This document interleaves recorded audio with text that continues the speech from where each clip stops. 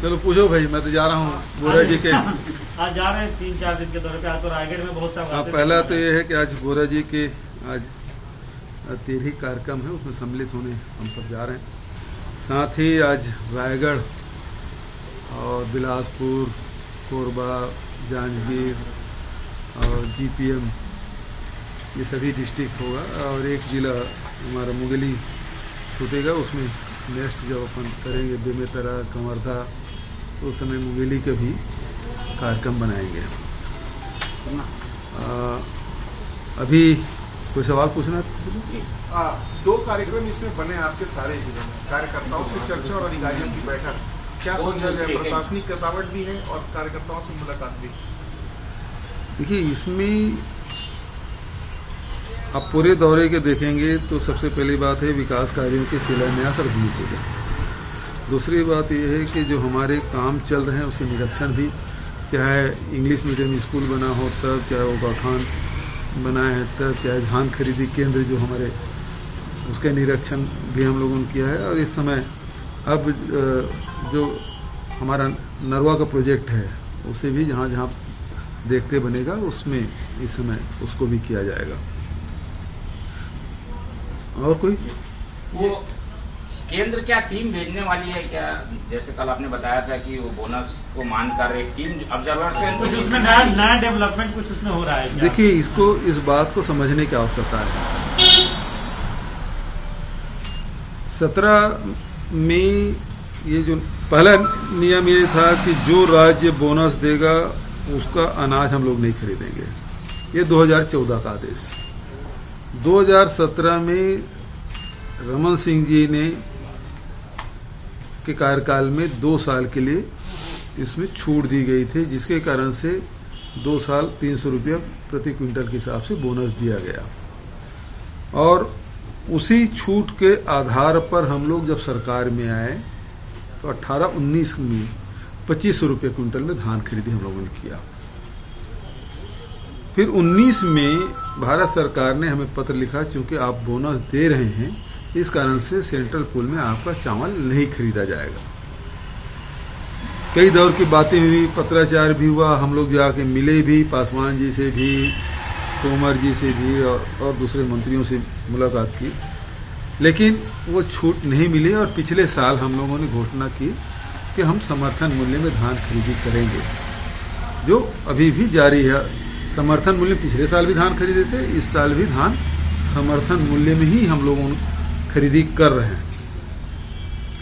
पिछले साल फिर किसान न्याय योजना, राजीव गांधी किसान न्याय योजना हम लोगों ने लागू की, जिस प्रकार से भारत सरकार 2 एकड़ के किसानों को किसान सम्मान निधि दे रहे हैं, हम लोग प्रति एकड़ के हिसाब से किसानों को राजीव गांधी किसान न्याय योजना दे रहे हैं। और उसमें हम लोगों ने धान के अलावा मक्का और गन्ना को भी शामिल किया और उन किसानों को भी इसका लाभ मिला।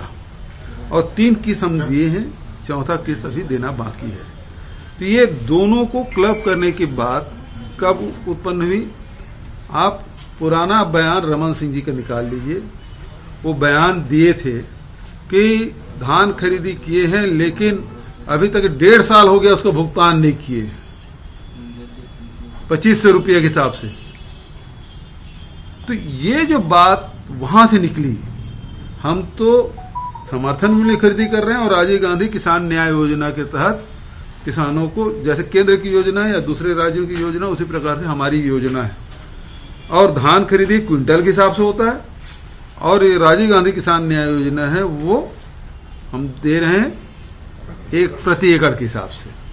तो भारत सरकार भी प्रति एकड़ के हिसाब 2 एकड़ के किसान को ही किसान सम्मान निधि, अभी 18,000 करोड़ के जो 1 किस्त प्रधानमंत्री ने रिलीज किया, उसी प्रकार से हमारी योजना है। लेकिन रमन सिंह जी और नेता प्रतिपक्ष ने बयान दिया कि 2500 रुपये क्विंटल में खरीदी करने की बात कही थी और अभी तक पैसा नहीं मिला। मैं विधानसभा में भी स्पष्ट किया, हम तो धान समर्थन मूल्य खरीदे, ये हमारी योजना है और योजना के पैसे को क्लब करने की कोशिश मत, दोनों योजनाओं के एक साथ क्लब मत करिए, क्योंकि किसानों के लिए बहुत सारी चीजें हम करते रहते हैं। चाहे कृषि यंत्रों में सब्सिडी देने के काम है, खाद में सब्सिडी देने का काम है, बिजली में सब्सिडी देने का काम है, और भारत सरकार भी कर रही है, हम लोग भी कर रहे हैं, दूसरे राज्य भी कर रहे हैं, कोई नई बात तो है नहीं। तो हमारे यहाँ जो परिस्थिति उसके हिसाब से हमने निर्णय लिया और इसी में गलतफहमी पैदा हुआ। तो रमन सिंह जी नहीं चाहते, क्योंकि उसकी सरकार चली गई, किसानों ने उसको नकार दिया, और इस कारण से वो चाहते हैं, उस प्रकार के बयान देने के पीछे उद्देश्य ही था। मैं बोले इतना पढ़ा लिखा आदमी 15 साल मुख्यमंत्री रहा है, ये बयान क्यों दे रहा है? अब समझ आ रहा है वो बयान क्यों दिया था, ताकि किसानों की धान खरीदी मत हो, किसानों को उसका लाभ मत मिल सके। इस कारण से ये भारतीय जनता पार्टी की प्रदेश इकाई की जो षड्यंत्र है, ये षड्यंत्र यही है कि किसानों को उसका लाभ मत मिले, सरकार परेशानी में पड़ जाए। सर ऐसा लगता है क्या कि यही बात वहां पहुंचाने की केंद्रीय नेतृत्व के पास कोशिश की गई है, जिसके ये कारण बात जब पीयूष गोयल जी से कल जब बात हुई तब स्पष्ट हुआ कि आप तो बोनस दे रहे हैं। मैंने कहा भाई पासवान जी से बात हुई उसी समय से हमने बंद कर दिया, आपके समय से नहीं, पिछले साल से हमने बंद कर दिया है।